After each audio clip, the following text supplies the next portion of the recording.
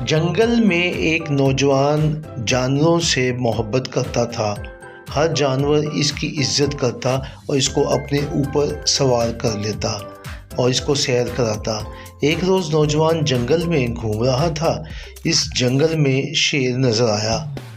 اس کے پاؤں میں کانٹا چھپا ہوا تھا۔ وہ چلتا چلتا جب وہاں پہنچا تو اس نے شیر کو دیکھ کے کہا، کیا ہو گیا بھائی، آپ کو کیا ہوا؟ اس نے کہا، میرے پاؤں میں کانٹا چھپ گیا، آپ سب کی مدد کرتے ہیں، میری مدد بھی کر دیں۔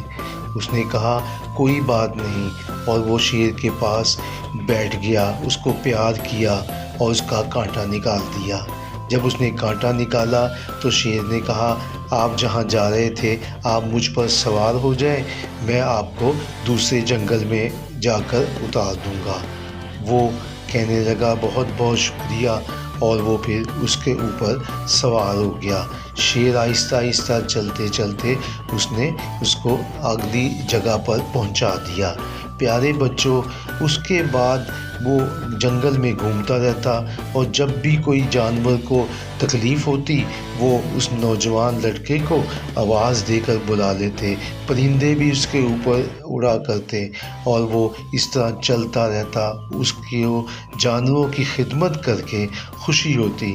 پیارے بچوں، ہمیں اس سے سبق ملتا ہے کہ اگر ہم سب کی خدمت کریں، اچھا سلوک کریں تو سب کی نظر میں اچھے بچے بن جائیں گے۔